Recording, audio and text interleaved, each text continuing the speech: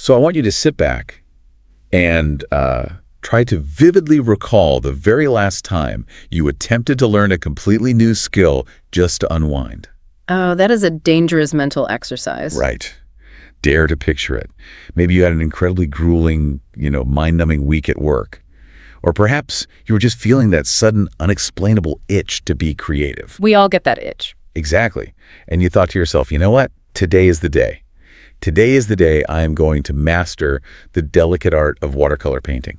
Or today is the day I finally sit down, watch a tutorial, and learn to knit that chunky wool scarf I keep seeing online. The optimism of the beginner. It is boundless. So what do? You go all in, you drive to the craft store, you drop entirely too much money on premium supplies, you clear off your dining room table, and you set up your space. You've got the lighting just right. You have this pristine, almost cinematic vision in your head of the masterpiece you were about to manifest.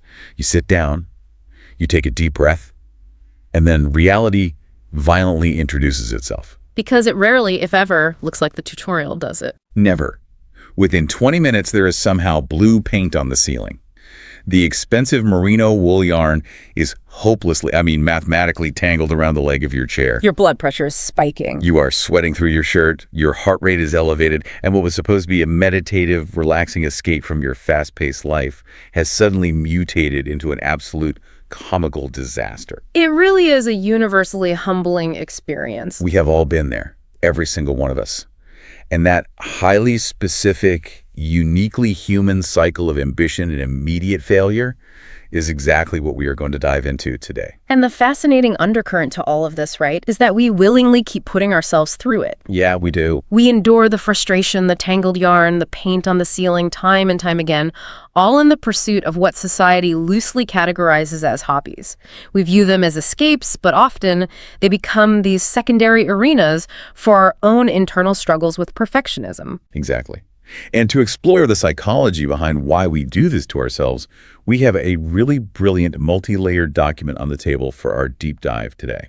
It's a fantastic source. It really is. It's a transcript from a show called the Learning English Podcast. Now, before you assume we're just going to be diagramming sentences here, stick with me. We are specifically looking at a session aimed at a C1 advanced level audience, which is hosted by a duo named Emma and John. Right, and the overarching theme of their conversation and the core mission of our analysis right now is this beautiful, messy concept of passion projects and pastime pitfalls. We are going completely down the rabbit hole on this one. We are going to examine how we humans try to use hobbies to decompress from our grinding daily routines, the inevitable, sometimes physically painful learning curves we face. Very painful. And the incredibly fascinating ways that language, modern technology, and pure, unfiltered human error intersect in our precious leisure time. And I think we need to establish right up front why this deeply matters to you, the listener. Because whether your current obsession is trying to become fluent in a new language, or picking up a dusty acoustic guitar from the corner of your room, or attempting to bake a complicated French dessert you saw on a streaming show, or even just decided to go for a spontaneous walk in the woods. Yes, exactly. The specific struggles outlined by Emma and John in this transcript are universally applicable.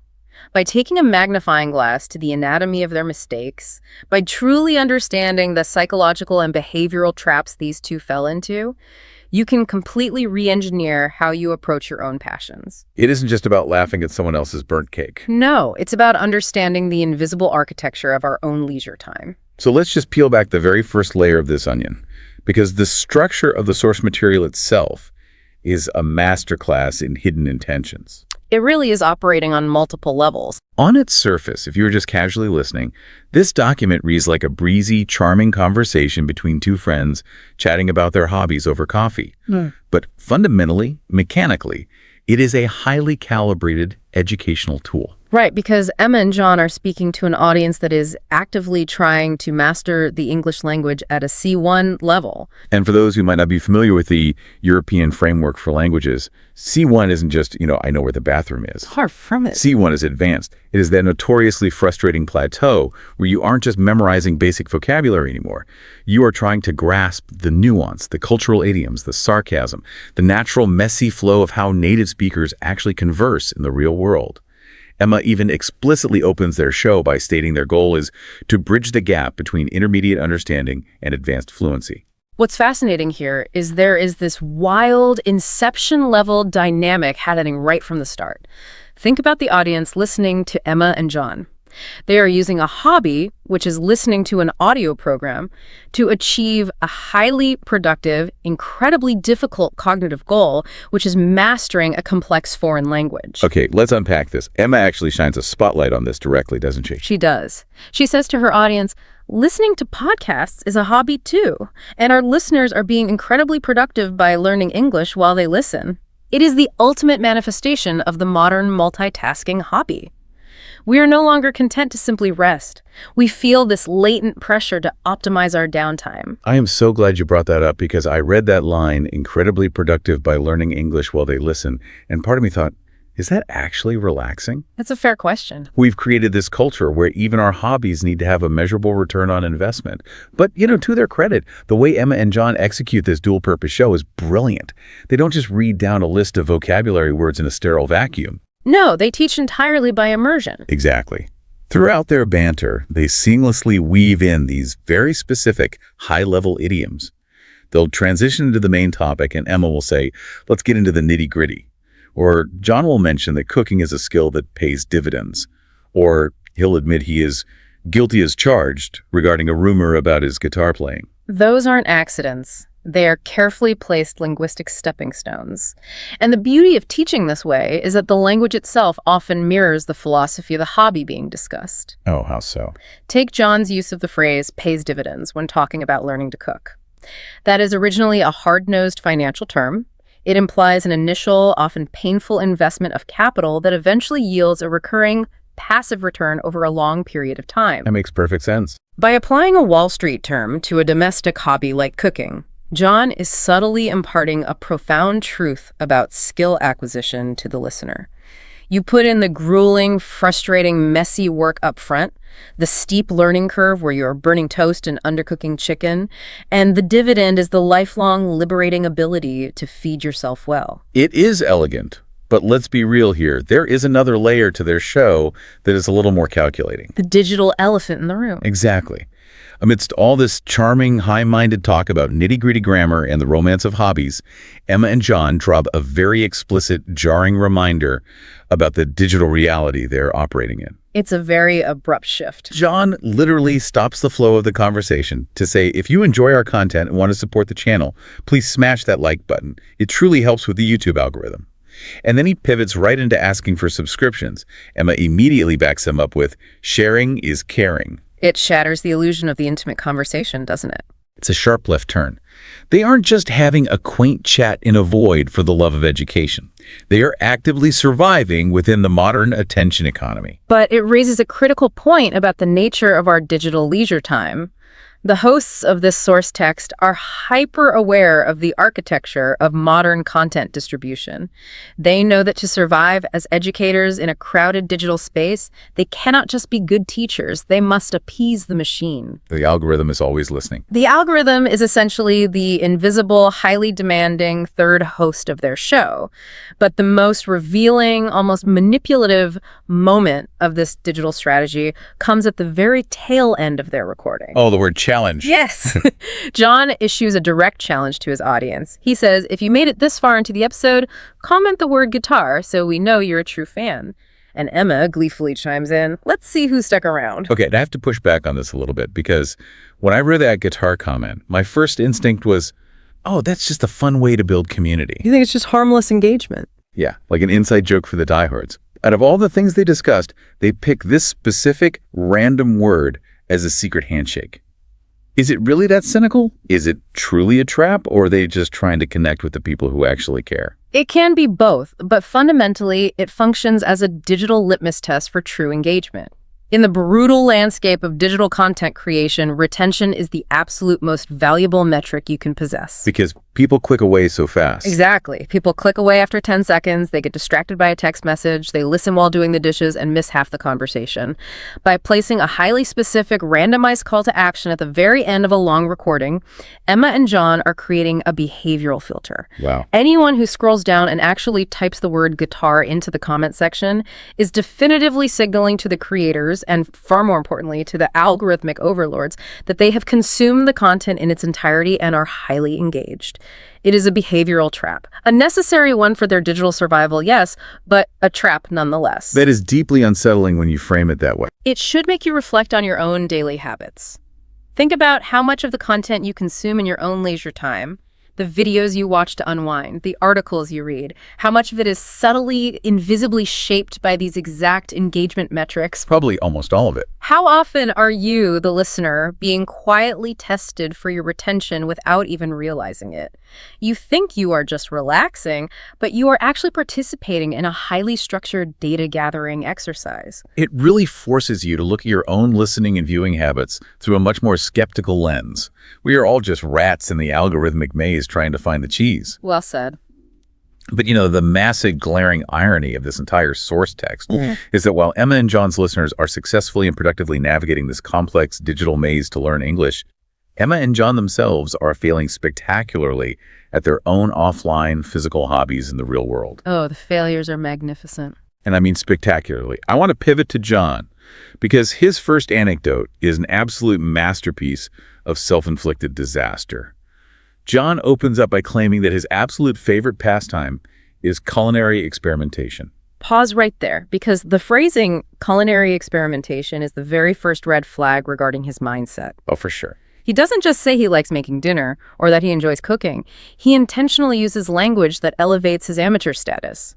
He views himself as an experimenter, a visionary, an artist of the kitchen. Exactly. He's already setting himself up for a massive fall.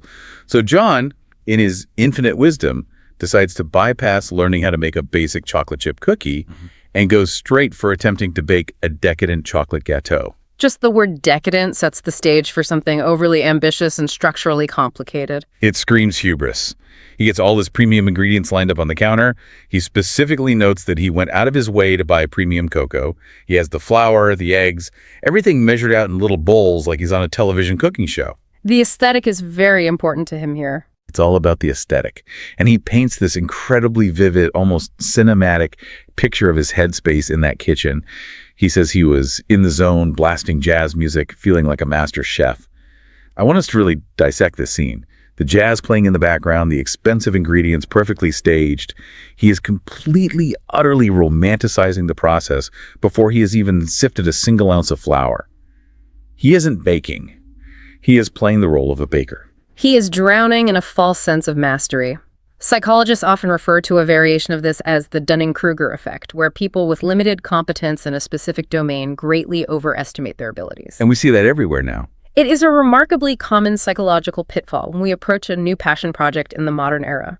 We consume so much highly produced media cooking shows, perfectly edited social media time lapses, lifestyle blogs that make the grueling process of skill acquisition look entirely effortless and glamorous. John has wholly adopted the aesthetic of a master chef without possessing any of the foundational discipline required to actually be one. But isn't getting in the zone supposed to be a good thing? We always hear athletes and artists talk about flow states. If he's blasting jazz and feeling good, shouldn't that loose creative energy translate into a better cake? A flow state is only beneficial when it is supported by deeply ingrained muscle memory and foundational knowledge. The jazz music, while certainly atmospheric and enjoyable, acts as a sensory distraction for someone at his skill level. It's pulling his focus. Exactly. It pulls him out of the intense, necessary mindfulness required for what he is doing. He is treating baking like it's a loose, improvisational jazz solo.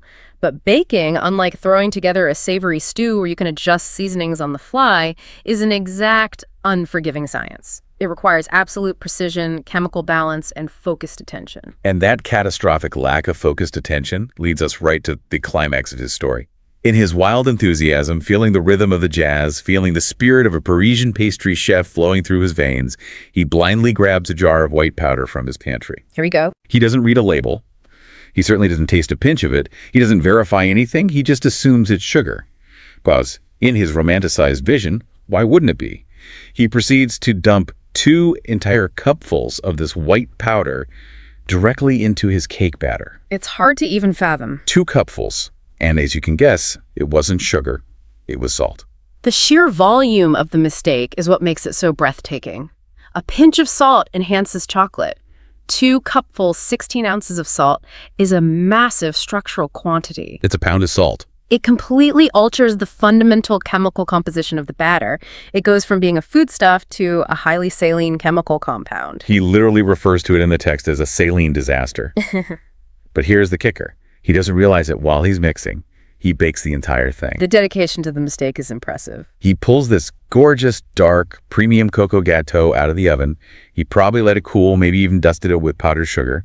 He cuts himself a generous slice, takes one massive bite, and he says his face imploded. Imploded, what a perfect word. It was completely, aggressively inedible. He had to scrape the entire cake directly into the bin. The absolute tragedy of that premium cocoa being annihilated by a pound of salt. It's humorous, but it's also deeply instructive. If we connect this to the bigger picture and take John's saline disaster and apply it to how you, the listener, approach your own hobbies, it serves as a perfect, highly tangible metaphor for the arrogance of ignoring the learning curve. Just a wake-up call. Ask yourself, how often do you actively skip the foundational, tedious, unglamorous steps of a new project because you're far too caught up in the romanticized fantasy of the final result? John was so intensely focused on the ego-boosting feeling of being a master chef baking a decadent gâteau that he entirely bypassed the single most fundamental day-one rule of any commercial kitchen, which is taste and verify your ingredients before you commit them. You just assumed he knew. His hubris, his unchecked overconfidence, literally blinded him to the physical reality of what he was holding in his hands. It perfectly illustrates the hidden danger of the zone. We treat getting in the zone like it's the ultimate nirvana of any activity. But John proves that if you enter the zone without the prerequisite skill to navigate it, you aren't achieving a flow state. You are just blindly accelerating a car toward a cliff without knowing where the brakes are. Or, in this highly specific case, blindly accelerating toward a violently salty cake. He admits at the end of the story that his ultimate takeaway is to always verify ingredients before committing them to the mixing bowl.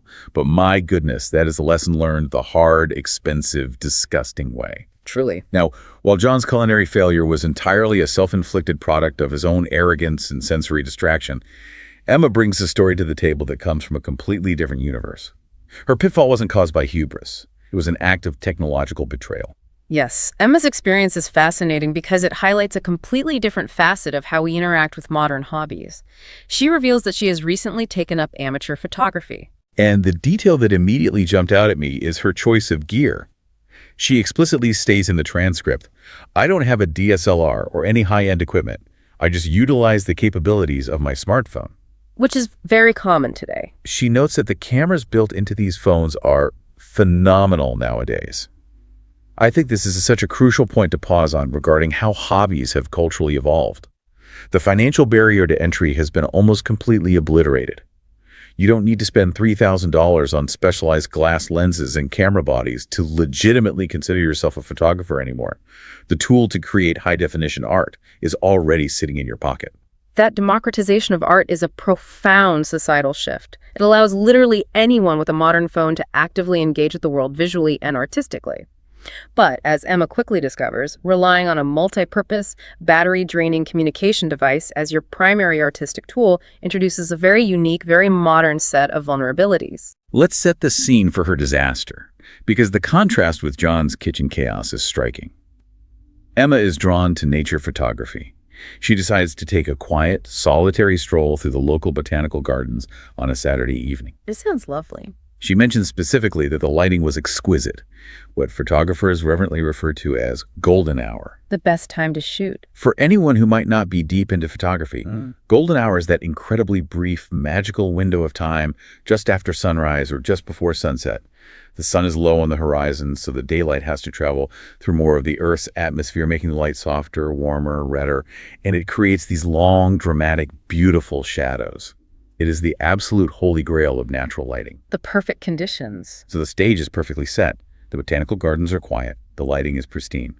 And then, peering through the foliage, she spots her subject. An incredibly rare, vibrant, bright red bird. Notice the extreme contrast in pacing between John's story and Emma's story here. John's disaster was fast, loud, and impulsive. Blasting jazz, blindly grabbing jars, dumping powders. Emma's approach is the exact methodical opposite.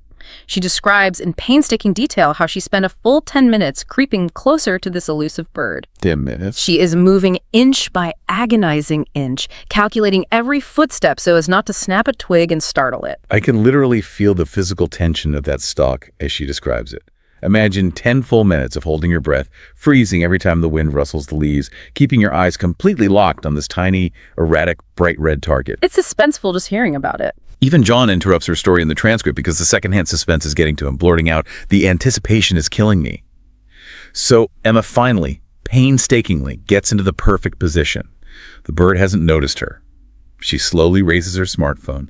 She frames the perfect shot. The golden hour light is hitting the red feathers, creating a National Geographic-level composition.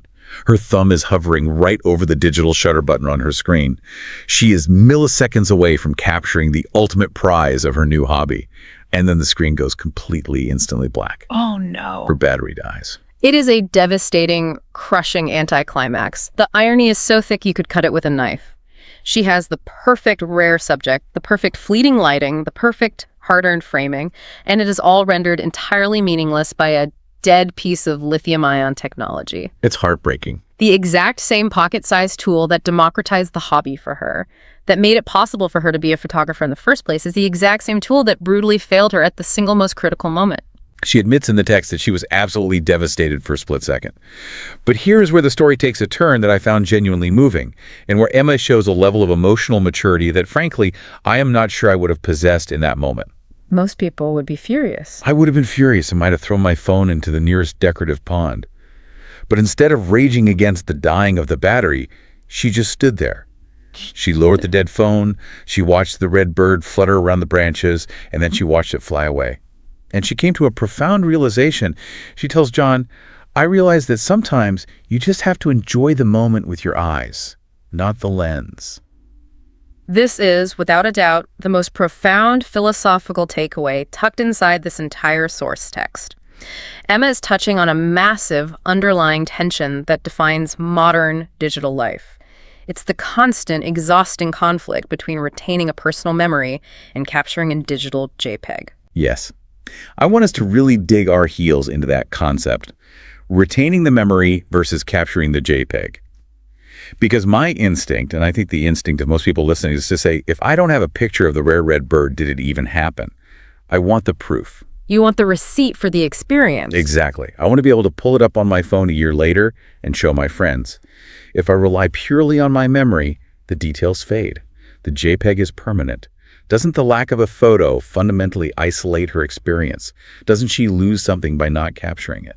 That is the dominant cultural narrative right now, yes. Yep. We equate digital documentation with validity. But let's look at the actual neuroscience and psychology of taking a photograph. When you view a live event through a screen, whether it's an elusive bird, a breathtaking sunset, or even your own child's school play, you are introducing a technological layer of mediation between your brain and the raw experience. You are actively delegating the heavy cognitive lifting of remembering to the device. Outsourcing your memory. Yes, it's a phenomenon known as cognitive offloading. Because your brain knows the phone is saving the image, it doesn't encode the memory as deeply. Emma's dead battery forcefully removed that layer of mediation. It stripped away the safety net. It forced her brain to become entirely, overwhelmingly present in the physical space. Wow. So what does this all mean? The question this raises for you, the listener, is essential and slightly uncomfortable. Does our relentless societal obsession with documenting every peak moment of our hobbies and our lives actually rob us of the neurological ability to fully, deeply experience them? That is a staggering way to frame it. Cognitive offloading. Think about your own camera roll on your phone right now. Seriously, visualize it. How many thousands upon thousands of photos are sitting there on a server somewhere, gathering digital dust? And more importantly, how many of those actual real-world moments did you miss fully experiencing because you were hyper-focused on framing the shot, adjusting the exposure, checking the lighting, and making sure it was perfectly formatted for social media? Probably too many to count. Emma lost the physical, digital proof that she saw the rare red bird. She can't post it online to get likes. But the raw memory she retained by standing there in the quiet and watching it fly away with her own naked eyes might actually be significantly sharper, more vivid, and more emotionally resonant precisely because it belongs solely to her mind and not to a hard drive. John sums up the philosophy perfectly in his response to her. He says quietly, retaining the memory is just as valuable as the JPEG. In today's hyper-documented culture, that statement is almost a quiet rebellion. It is a rebellion against the pervasive idea that a human experience is only valid, real, or worthwhile if it is captured, uploaded, and validated by the attention of others. It really is a beautiful sentiment, and it shows incredible growth on Emma's part. She found a deep sense of internal peace in her technological failure. John did not find peace in his next hobby. In fact, he found active, rhythmic hostility. A very different vibe. Emma shifts gears in the conversation and brings up a rumor she heard through the grapevine about John trying to learn an instrument. John immediately replies, guilty as charged. He confesses that he has been attempting to learn to play the acoustic guitar. Which seamlessly transitions us into the next great agonizing pitfall of passion projects, and that is the extreme vulnerability of the adult beginner. Right. And John is brutally honest about his lack of innate talent. He admits right out of the gate that his fingers completely lack the necessary manual dexterity to hold down the strings. He is struggling to form even basic chords. This is a very physical barrier. Emma, trying to be a supportive friend, offers some classic, slightly toxic positivity. She delivers that great, overused platitude, every expert was once a beginner. It sounds nice on a greeting card, but John's day-to-day reality is a bit harsher than a motivational quote. He tells her that just yesterday he was sitting in his living room practicing chord transitions, and after just 5 minutes, a mere 300 seconds of practice, he heard a loud, rhythmic banging on the shared wall from his neighbor. This raises an important question. The social friction of hobbies is a highly under-discussed yet universally experienced topic. We almost always conceptualize hobbies as solitary, personal pursuits, especially when we are practicing them in the supposed privacy of our own homes. But privacy is an illusion in an apartment. Exactly. The reality of modern urban living is that when you live in a shared space, an apartment building, a condo, or a townhouse, your auditory environment overlaps with the auditory environment of strangers. You are never truly alone with your noise. Emma, ever the eternal optimist, tries to lighten the mood of the story by suggesting perhaps he was keeping the beat, which is objectively hilarious, but John isn't buying it. He knows exactly what that banging meant. It wasn't a compliment. He says it was an unequivocal demand for silence, self-deprecatingly noting that his guitar playing sounded more like a cat in distress than music. I absolutely love that imagery, a cat in distress. It perfectly captures the pure, chaotic, acoustic agony of someone dragging their clumsy fingers across steel strings for the first time. It's funny, but look at the massive psychological barrier this dynamic creates. Let's talk about why learning a new skill as an adult is so uniquely painful.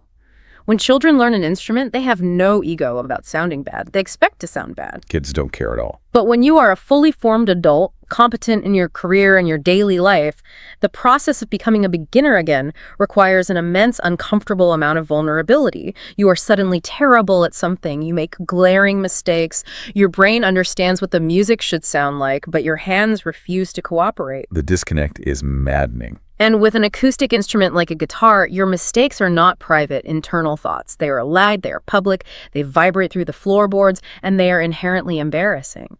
John is acutely, painfully aware that he sounds terrible. And the external feedback he receives from his environment, the angry banging on the wall, is immediate, undeniable, negative reinforcement.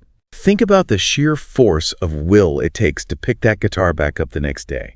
You know your neighbor's sitting over there listening, judging, and waiting for you to mess up. Yeah. You have to willingly subject yourself to the humiliation of the cat in distress phase if you ever want to reach a point of baseline competence. It is an act of bravery, really. It would be so much easier to just put the guitar in the closet and never touch it again.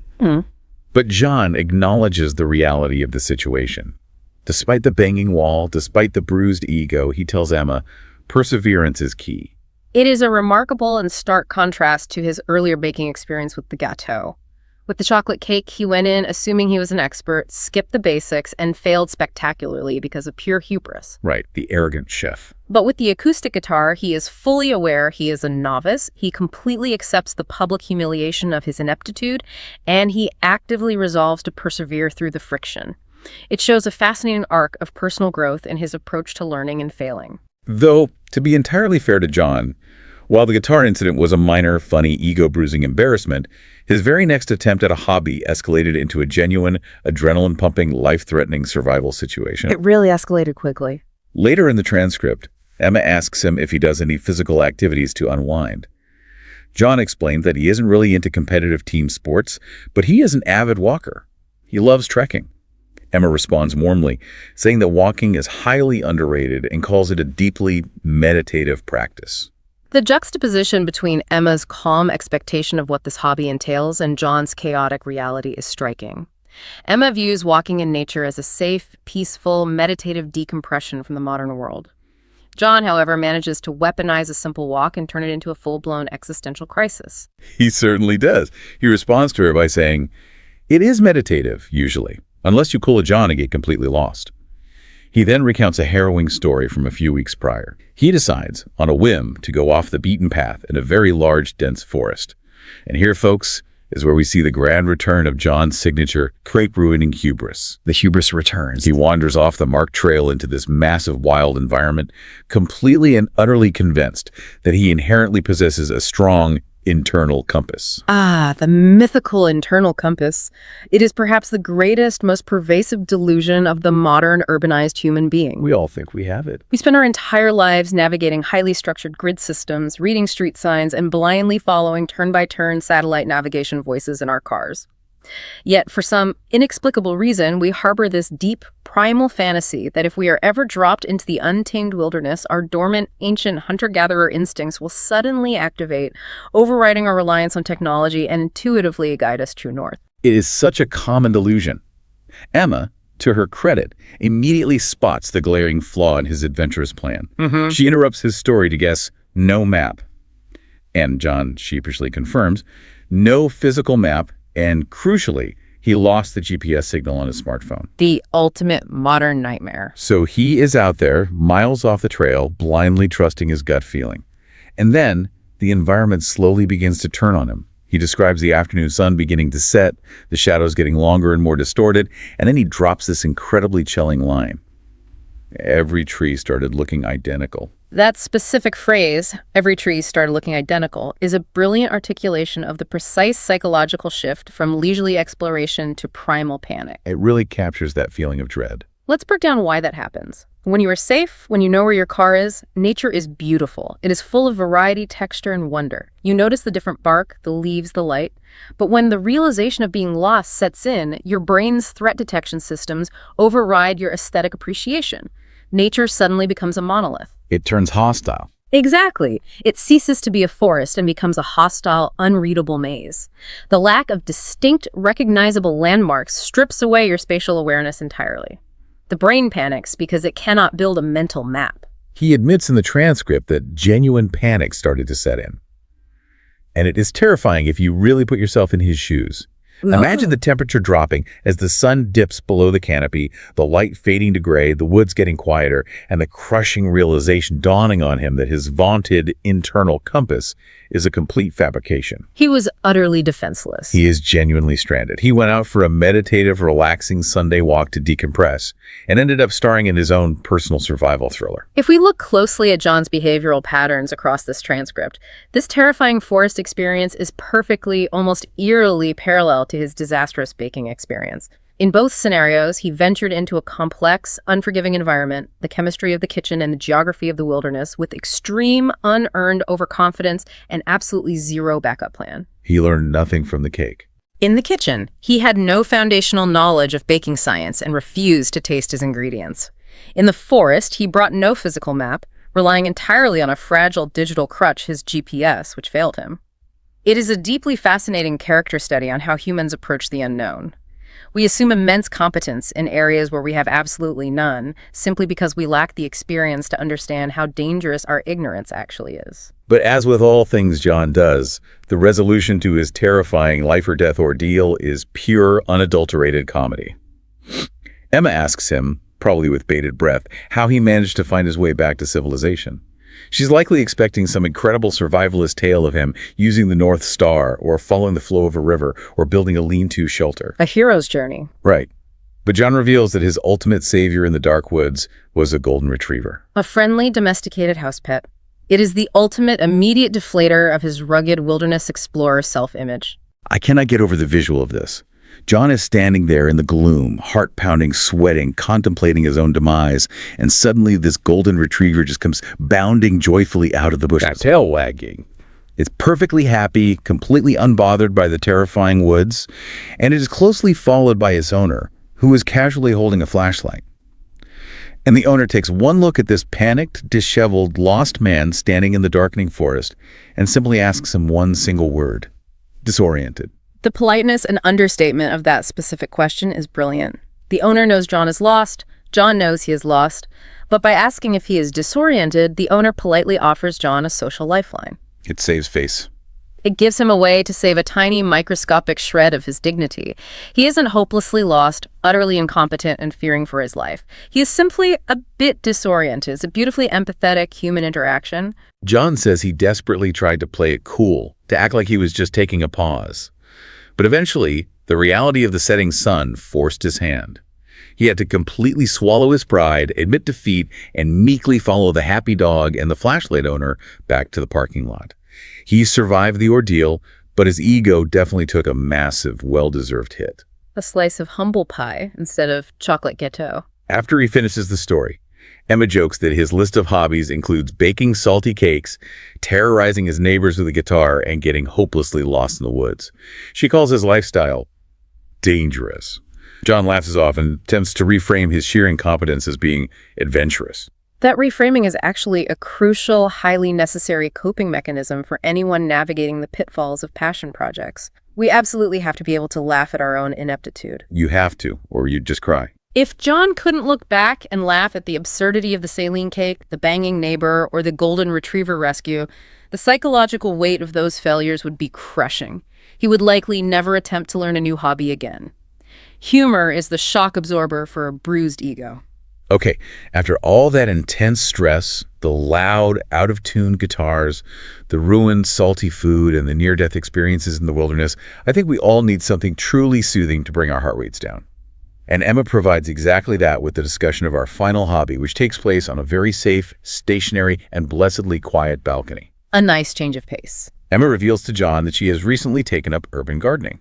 Urban gardening serves as the perfect, harmonious counterpoint to John's sprawling, chaotic, danger-filled endeavors. While John seeks out expansive forests and complex French pastries, Emma's gardening is a micro-hobby. It is contained, controllable, and deliberate. Exactly. She describes the practice as being very therapeutic.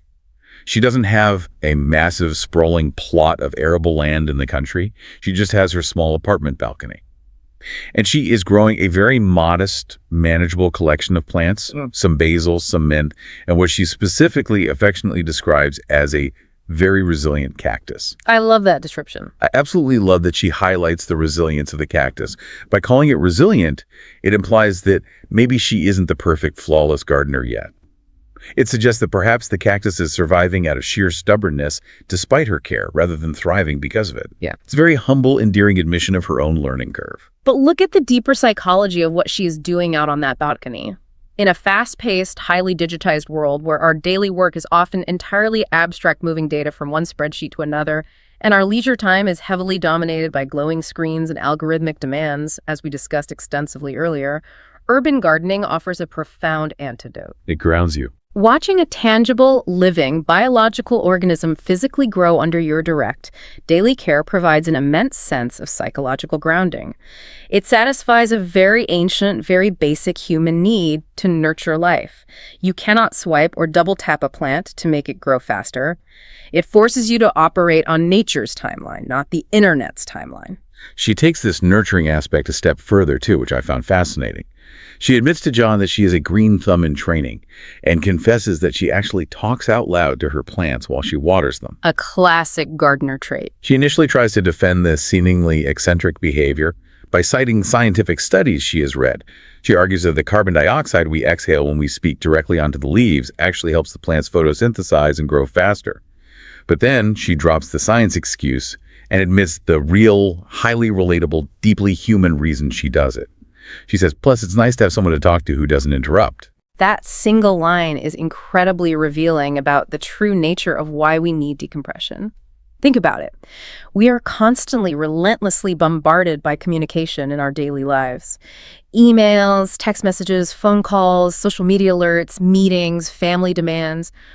We're always engaged in a high-stakes, two-way exchange of information where we are constantly being interrupted or required to respond. It's exhausting. Emma has intentionally created a sanctuary on her balcony where the communication is entirely one way. It is completely peaceful, it is devoid of judgment, and it is literally life-sustaining for the plant. She can express a thought without waiting for a rebuttal. John, of course, immediately leans into the humor of this confession, joking that if the basil plant ever actually starts replying to her monologues, they will need to record a very special supernatural episode of their podcast to cover it. That would be a different genre entirely. But beneath the joke, beneath the banter, this quiet, unassuming balcony scene perfectly manifests the core, fundamental truth that John stated at the very beginning of the source material. Way back at the start, he said that having a pastime is essential for our mental well-being. It's how we decompress when we aren't grinding away at work or studies. It brings everything full circle.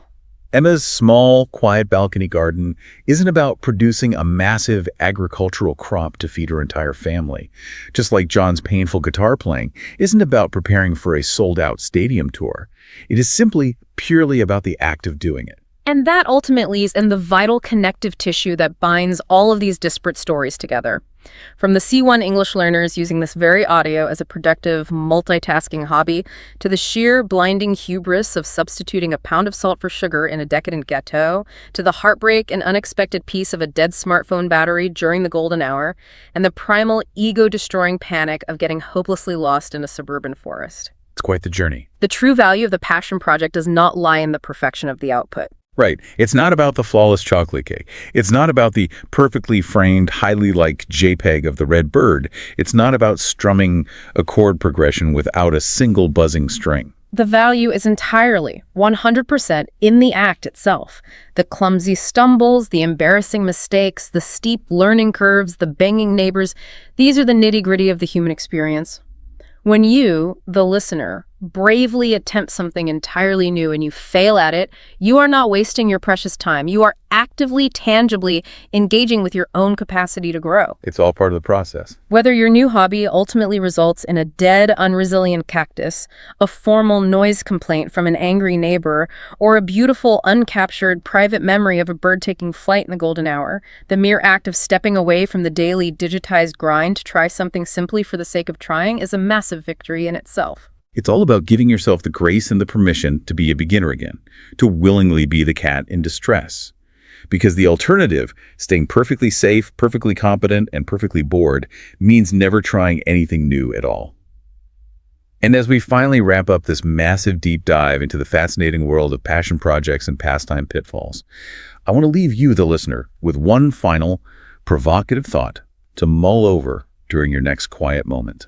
It is a vital thought experiment about our deepest, often hidden motivations.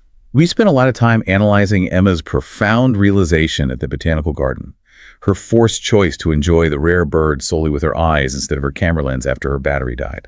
I want you to actively apply that exact scenario to your own life. So here's the question I want you to deeply explore on your own.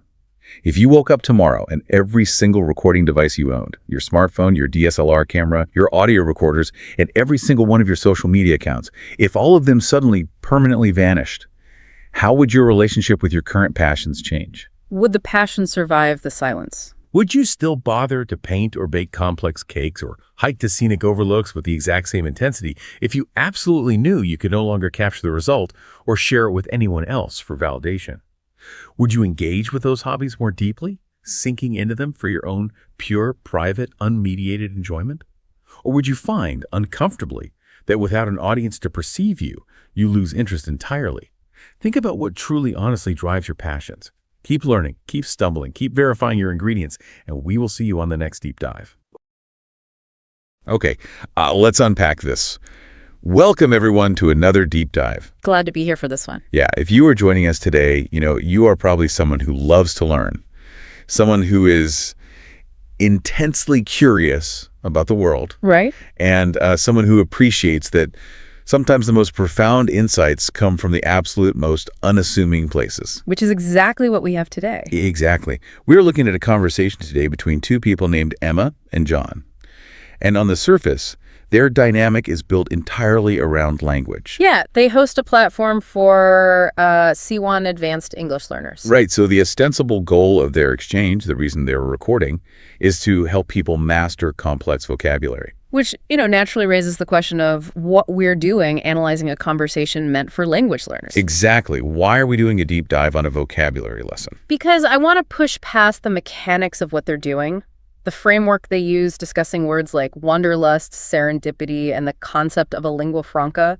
It's essentially a Trojan horse. A Trojan horse, I love that. Yeah, they are using the structure of a vocabulary lesson to dissect the vulnerabilities of stepping outside our comfort zones. Right. They're getting into the paradox of modern travel and the incredible, often really humiliating ways we attempt to connect across massive cultural divides. I am curious about how much of that is actually intentional on their part. Yeah. Or if the nature of language just inherently forces you into philosophical territory. It's a great question. Language is so tied to human experience, it's hard to separate the two. Right, because our mission for this deep dive today is to completely ignore the grammar lesson. Totally. We're throwing the grammar out the window. We're looking strictly at the human experiences Emma and John are describing to their listeners. And they describe some really intense ones. They really do. We are going to analyze the paradoxical nature of travel. We'll look closely at a truly disastrous cross-cultural dining experience John had in France. Oh, the France story. That one is incredible. It's so painful to listen to. And then we'll explore the psychological mechanics of being stranded in rural Vietnam. Which is Emma's side of the coin. Right. And ultimately, we're going to debate why perfection might actually be the enemy of genuine connection. It is a fascinating progression. And, it begins in a very mundane place. Very mundane. Emma opens their conversation by referencing a previous discussion they had about hobbies, specifically something she calls John's salty cake incident. The salty cake. Yeah. Which we don't even have the full context for. We don't. But she uses this domestic culinary failure to pivot to a much larger arena. She basically suggests they leave the kitchen and the garden behind and talk about travel. And John's immediate reaction is to label travel as the ultimate hobby. Yeah, the ultimate hobby. Let's pause on that categorization for a second.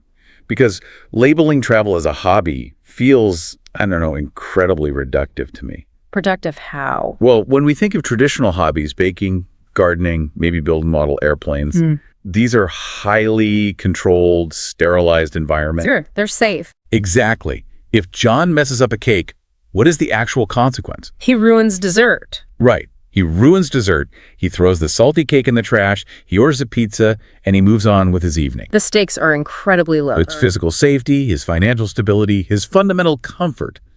None of that is ever truly threatened by a bad cake. No, of course not. But international travel operates on an entirely different spectrum of risk. It's chaotic. It does. But perhaps that is exactly why he categorizes it that way. To make it feel safer. Yeah, I think he might be trying to domesticate the concept of the unknown, like putting a leash on a wild animal. That makes sense. John notes that travel expands the mind, but, as he puts it, it drains the bank account. Which is very true. And Emma counters that the return on investment, the ROI, is memories and experiences. Right. But there is a deep economic and philosophical tension in this exchange that most of us just accept as normal. Think about it. We are the only species that willingly drains its tangible resources, the resources we actually need for survival, shelter, and security. We drain all of that in exchange for completely intangible assets. Exactly. Memories. In a purely logical evolutionary sense, spending massive amounts of money to subject yourself to unpredictability and potential danger is a terrible investment strategy. It really is. Yeah. I'm not entirely sure I even buy the memories as ROI argument, though. You don't. It feels like a post-rationalization. Like you spend all this money, things go wrong, and you have to tell yourself it was worth it for the memories. Right, to justify the expense. Yeah. Emma frames it as this noble pursuit, but John is the one who admits to the financial drain. He says he forces himself to travel at least twice a year. He forces himself. That's a strong phrase. It is, and we need to look at the psychological weight of the word they use to describe this drive. Wanderlust. Wanderlust. They're presented as a vocabulary word for their C1 learners, But wanderlust isn't just a casual preference for a change of scenery. No, the suffix lust implies something much deeper. It implies a biological craving, a compulsion that frequently overrides logic. That compulsion is a crucial element to understand here. If it were purely about relaxation, John could just sit in his backyard. Exactly, he could just read a book. But wanderlust suggests a deep-seated dissatisfaction with the known. John admits that given his track record with cooking the salty cake and with hiking, his trips rarely go according to his itinerary. He knows he's bad at it. He absolutely acknowledges his own incompetence in these arenas. He knows he is prone to catastrophic mishaps, yet the compulsion is so strong that he continues to roll the dice and step onto airplanes. Which implies something quite profound about human nature, or at least modern human nature. How so? Well, why is the controlled environment of the kitchen not enough? Why do we crave this highly specific, very expensive brand of chaos? It's a good question. I wonder if it is a symptom of modern privilege, honestly. Because for most of human history, predictability and safety were the ultimate luxuries. Absolutely. Survival was the goal. Right. Our ancestors spent millennia trying to build walls thick enough to keep the unpredictable world out. Now, John is paying a premium to essentially break his own walls down. You could argue it is an artificial reintroduction of risk. An artificial reintroduction. I like that. Because the safety of the known modern world eventually becomes stifling to the human psyche. We have engineered the struggle out of our daily lives. We really have. Everything is automated or delivered. So we have to manufacture struggle through travel. A bad cake just ruins a Tuesday evening, but a bad trip strands you on another continent. The stakes are real again. We choose the trip because the potential upside, that expansion of the mind John talks about, requires a corresponding level of risk. We need the contrast of the unknown to fully appreciate the boundaries of our own capabilities. But does John actually want to test his capabilities? Or does he just want the aesthetic of being a traveler? That is the million-dollar question. Because that brings us to the reality of what happens when the ambition of wanderlust completely outpaces a person's actual preparation. Which leads perfectly into John's story. Yes, this leads to John's story about France, which I find simultaneously hilarious and deeply troubling. The incident in the French village is a perfect case study in the delusion of cultural immersion. Total delusion. John tells Emma about a trip he took where his primary goal was to completely immerse himself in the local culture. He didn't want to be a tourist. He wanted to blend in. Right. So he made a hardline, conscious decision that he would only speak French during this trip. Which sounds incredibly romantic on paper. It really does. It is the idealized version of travel. You reject your own comfort to honor the host culture. You become a citizen of the world. Until reality hits. Right, because then Emma asks him the most basic, grounding question imaginable. She just asks, "How is your French?" And John casually admits that his French is completely non-existent. Non-existent. He states he only knows 2 words. Bonjour and baguette. Bonjour and baguette. That is his entire linguistic arsenal. I want to examine the psychology of his confidence here, because it borders on pathological. Pathological is the right word. He walks into a remote French bistro armed with literally 2 words and feels, in his own description, confident. How does that even happen? He has stripped away his native language, which is his primary tool for navigating reality, and replaced it with nothing. Nothing at all. He believes that the sheer force of his intention to be immersed will somehow protect him from the logistical realities of not being able to communicate. It's magical thinking. Completely. Immersion implies diving into the deep end of the pool. If you don't know how to swim, you aren't immersing yourself. You are just drowning. He was completely drowning. But his ego wouldn't let him realize it yet. Not yet. So picture this. He is sitting in this bistro, holding a menu he cannot read. He spots the words, steak tarker. Oh, boy. And his brain performs an incredibly flawed, totally self-serving calculation.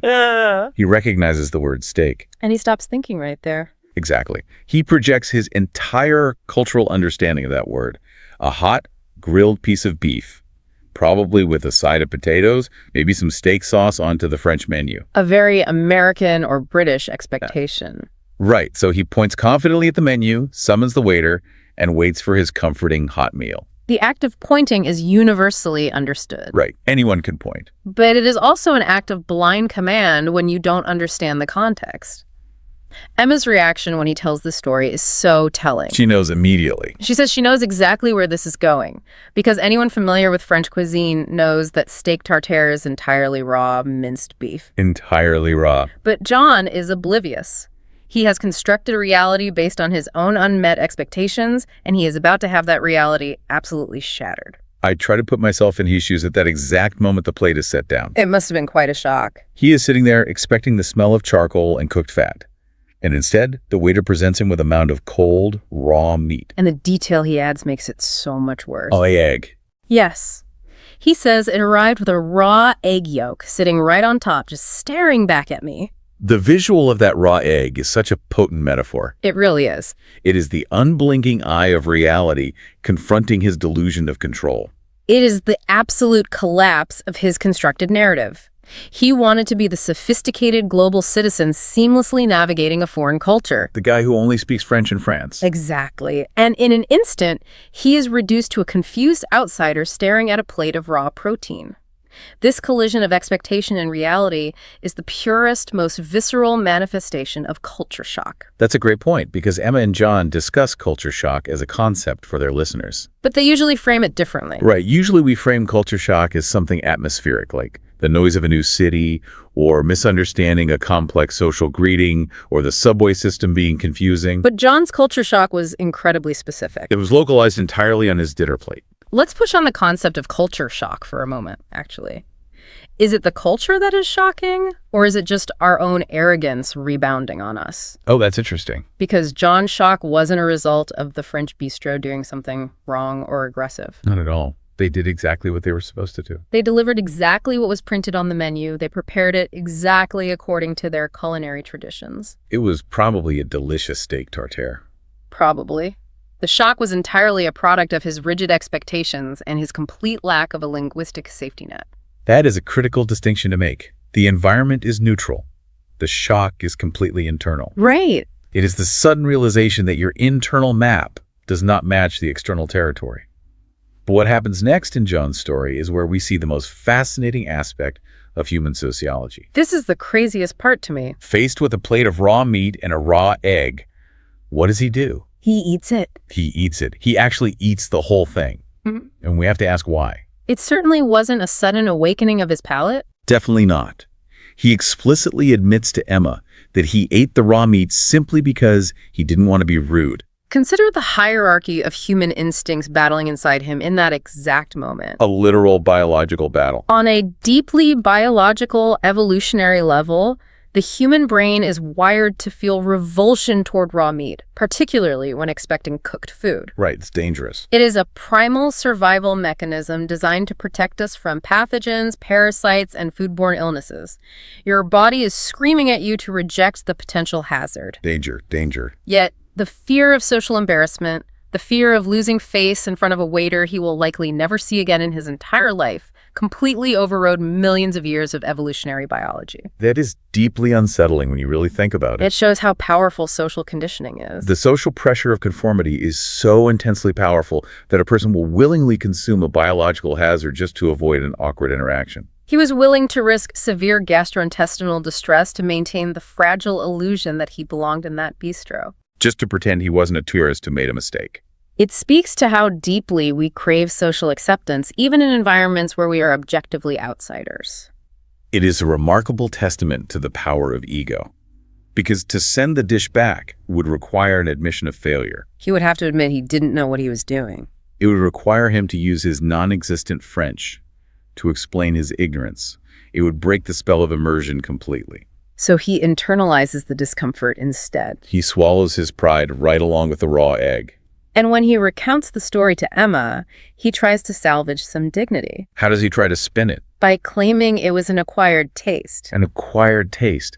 That is such a fascinating linguistic mechanism for coping. It's a great vocabulary word for the listeners, but psychologically it's a defense mechanism. When we call something an acquired taste, we are essentially saying, my body instinctively rejected this.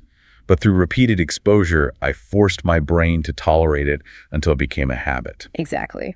John is trying to retroactively frame his humiliation as a sophisticated culinary journey. He is trying to extract a lesson from the chaos, so it doesn't just feel like a defeat. He tells Emma that this is the beauty of travel, that it forces you out of your comfort zone. He is rationalizing his suffering, but, his conclusion isn't entirely wrong. No, it isn't. The friction of the raw meat incident did force a confrontation with his own limitations. Right. The problem is that his approach was built on an artificial facade. He wanted the reward of cultural integration without putting in the labor of actual communication. He wanted a shortcut. Emma acknowledges his realization, but then she introduces an entirely different philosophy of travel. A completely different mindset. She shares an experience where she also faced an unexpected crisis, but her baseline methodology was so vastly different from John's that it produced a completely divergent outcome. This is where the contrast between the two of them becomes incredibly sharp. Night and day. Emma reveals to John that she actually prefers solo travel. And John's reaction is exactly what you would expect from someone whose primary travel strategy is maintaining a facade of control. He is terrified. He cannot fathom traveling alone. He calls the idea daunting. Another great vocabulary word, daunting, meaning intimidating or difficult. He assumes that navigating the unknown without a companion must inevitably lead to profound loneliness. I understand his apprehension, to be fair. Yeah. The logistics alone of solo travel are intimidating. Oh, absolutely. If you get sick, if you lose your passport, if you are simply exhausted from navigating a new city, there is no one to tag in. You are solely responsible for your own survival and emotional regulation. You'll carry the whole mental load. But Emma's perspective on this exposure is brilliant. She tells him that, surprisingly, she doesn't get lonely. She says something really counterintuitive. She says that when you are alone, you are actually more approachable. She is highlighting a subtle but profound sociological dynamic there. Let's break that down. When two or more people travel together, they subconsciously project a closed social loop. A closed loop. Right. Their physical proximity, their continuous dialogue, their shared focus, it all creates an invisible barrier that signals to the outside world, we are a self-sufficient unit. Do not interrupt. It's a bubble. Locals and other travelers perceive this barrier and naturally steer clear. You see it all the time. Imagine a couple sitting at a cafe in Rome. Okay. They are entirely focused on each other. They are talking about their day, looking at their shared photos. They might as well be sitting in a cafe in their hometown for all the actual interacting they're doing with their environment. They are physically in Rome, but socially they are back home. Exactly. But when you are alone, that loop is completely broken. Your attention cannot be monopolized by a familiar face, so it naturally radiates outward. You start looking around. You are observing the room, making eye contact, sitting with your own vulnerability. Exactly. The vulnerability that John fears so much is the exact mechanism that facilitates connection for Emma. Because you are unshielded. Right. You become an individual human being navigating a shared space, rather than a monolithic pod of tourists. People are far more likely to initiate contact with an individual than to try and breach a closed group dynamic. That makes total sense. And Emma illustrates this perfectly with a story from her backpacking trip through Vietnam. This story is really the emotional core of their entire conversation. It is. She describes what is, objectively, a nightmare scenario for modern travelers. Total nightmare. She was on a bus traveling through rural Vietnam, and the engine completely died. Just died. She notes they were stranded in the middle of nowhere for 3 solid hours. Let's analyze the psychological weight of those 3 hours. 3 hours is a long time to be stuck anywhere. Especially now. In our hyper-connected, hyper-scheduled modern lives, a 3-hour delay in an uncontrolled environment induces a very specific kind of panic. We are so conditioned to view time as a resource that must be optimized. We hate wasting time. When the bus breaks down, the itinerary collapses. The illusion of forward progress is just halted. I think most people's immediate reaction would be intense frustration. We would immediately look inward. We would pull out our phones, desperately searching for a cell signal that isn't there, just to inform someone of the delay. Or to scroll social media to distract ourselves. Right. We would bury our heads in a book or put on noise-canceling headphones to mentally escape the physical reality of the stagnant bus. We would view the local environment purely as an obstacle, an inconvenience that has disrupted our meticulously planned narrative. And if Emma had been traveling with a friend, As we discussed with the closed social loop, they likely would have spent those 3 hours validating each other's frustration. They would have just complained the whole time. They would have complained about the heat, the poor maintenance of the bus, the disruption to their schedule. They would have reinforced their shared identity as inconvenienced outsiders. Precisely. But because she was alone, and because she couldn't retreat into a familiar companion, her attention was forced outward into the immediate physical reality of the situation. And her immediate physical reality consisted of the local Vietnamese family sitting right next to her on the bus. She didn't retreat into a book. She engaged. Now, the friction here is massive. We have to acknowledge that. It's not an easy situation. She is in rural Vietnam. She doesn't speak the language, and they don't speak fluent English. The barrier to entry for this interaction is incredibly high. It is arguably much higher than John's situation in the French bistro. Oh, definitely.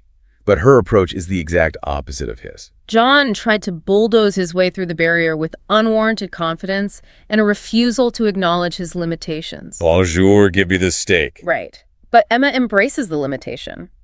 She doesn't pretend to understand. She initiates a dialogue using a mix of broken English, exaggerated facial expressions, and hand gestures. She describes it to John as a game of charades. The humility required to do that is substantial. You have to be willing to look foolish. Absolutely. You have to abandon the sophisticated adult ego and revert to the communicative tactics of a toddler. Pointing, pantomiming, laughing at the sheer absurdity of the mutual incomprehension. It strips away all the pretense of intellectual exchange and reduces communication to its absolute most fundamental level. Which are what? The mutual desire to be understood and to acknowledge the humanity of the person sitting across from you.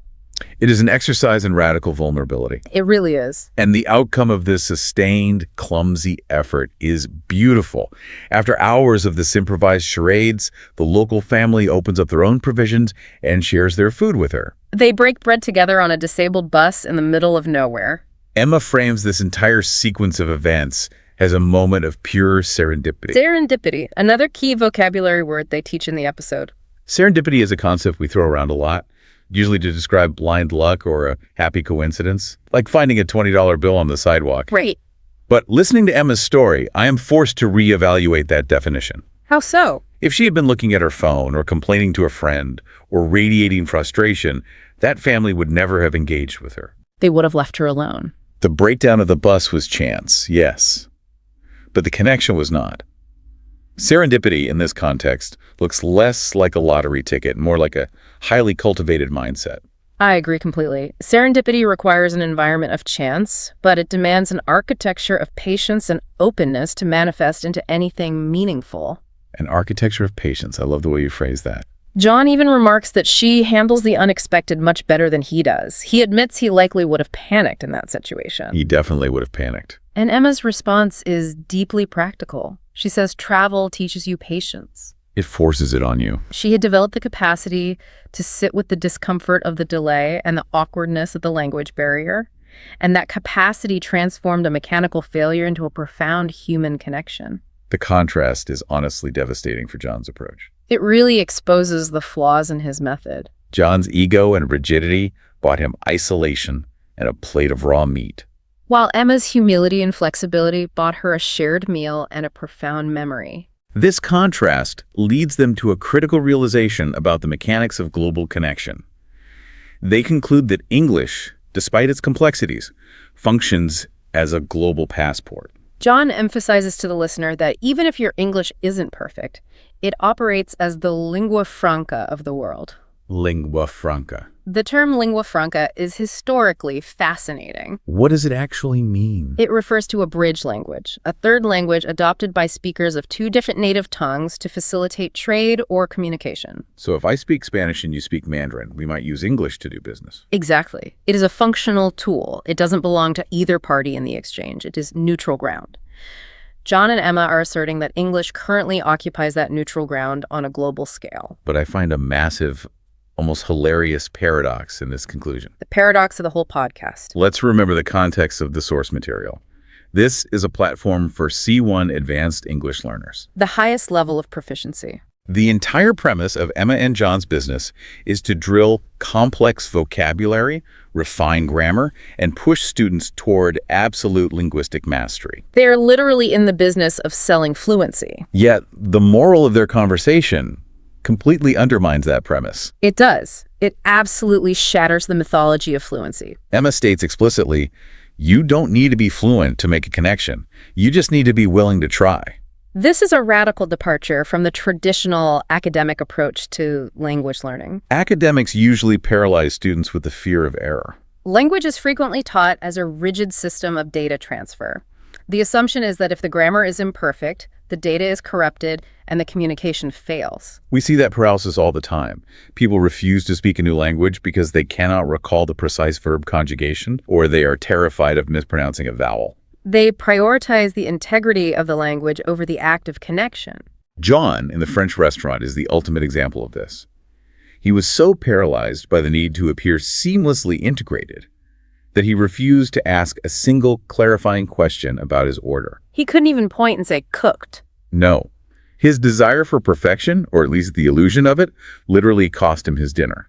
Emma's experience in Vietnam proves that language is far more emotional and sociological than it is transactional. The Vietnamese family did not share their food with her because she successfully conjugated an English verb. The grammar was entirely irrelevant. The effort itself was the message.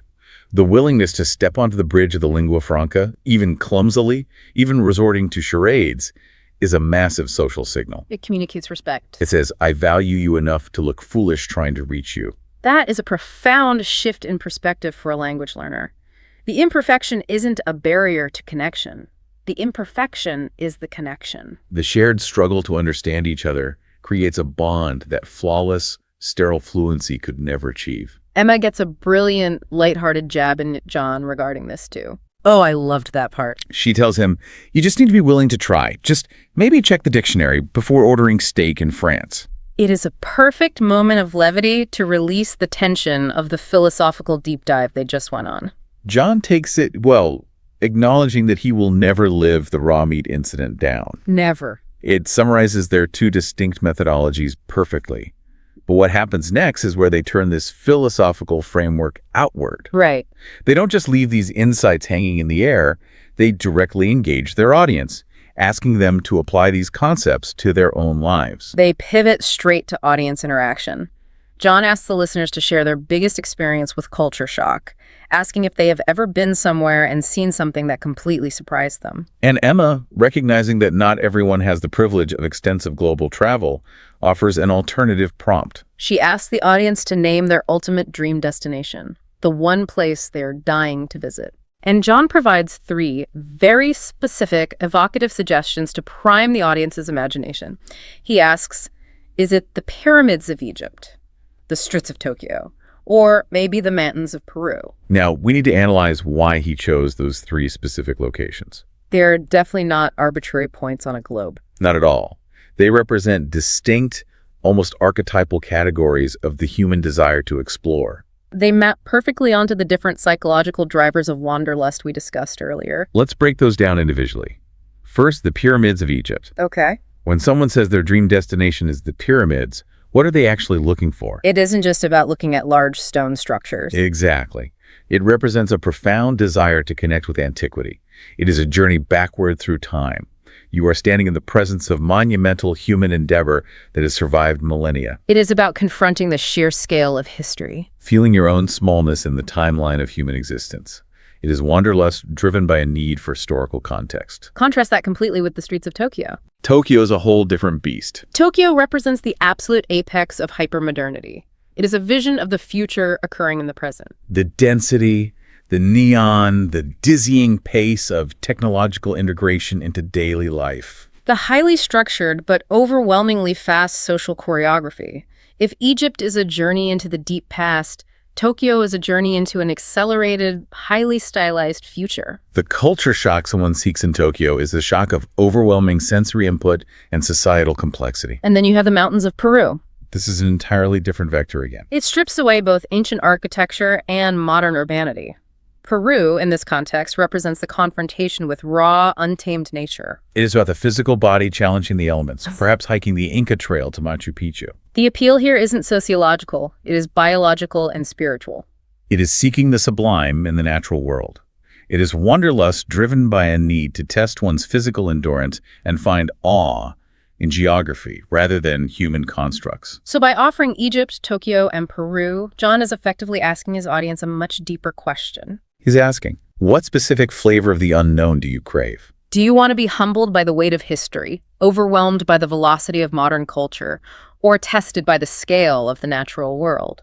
Regardless of the destination, the underlying mechanism is identical. It's the deliberate choice to subject oneself to potential disorientation and culture shock for the sake of internal expansion. And by asking the audience to share their stories of culture shock in the comments, Emma and John are fostering something incredibly powerful for their community. They're building a community based on shared vulnerability. Let's be honest, travel on social media is mostly a highly curated highlight reel of perfect sunsets and flawless outfits. It projects an illusion of effortless mastery over the globe. Look at me living my best life in Bali. Right. But Emma and John are asking for the opposite. They're asking for the messy reality. Sharing a story about culture shock requires an admission of ignorance. Every time someone tells a story about eating raw meat by mistake or getting lost or misinterpreting a local custom, they are publicly admitting that they did not have it all figured out. They are confessing that the world is vastly more complex and nuanced than their internal map accounted for. I think that admission is universally bonding. When we drop the facade of the seasoned, unbothered traveler and admit our foolishness, it levels the playing field entirely. It strips away the ego. If I tell you how I completely humiliated myself trying to navigate the Tokyo subway system, I am giving you permission to share your own moments of geographic or cultural incompetence. Well, we bond over the shared reality that we are all ultimately just stumbling through environments we don't fully understand. This elevates the entire purpose of their C1 learning platform. It really does. It gives it a soul. It suggests that the ultimate goal of mastering advanced vocabulary or understanding the mechanics of a lingua franca is not to pass a proficiency exam. It's not about sounding sophisticated in a boardroom. The true value of language acquisition is gaining the tools necessary to share these exact types of vulnerable, deeply human stories with a wider array of people. It is about expanding your capacity to experience and communicate serendipity. Which perfectly sets up their final interaction with the audience. Emma asks the listeners, if they have stuck around to the end, to comment the words serendipity below the audio. On a superficial level, it is just an engagement metric. A vocabulary check to see who is paying attention to the algorithm. But functionally, given the depth of their conversation, it operates as a philosophical litmus test. It acts as a final reinforcement of the core theme. By typing the word, the listener is acknowledging the concept. They're asking, are you open to the unexpected? Do you accept that the breakdown of the itinerary might yield a greater reward than the execution of the plan? John enthusiastically supports this, wanting to see who absorbed the lesson.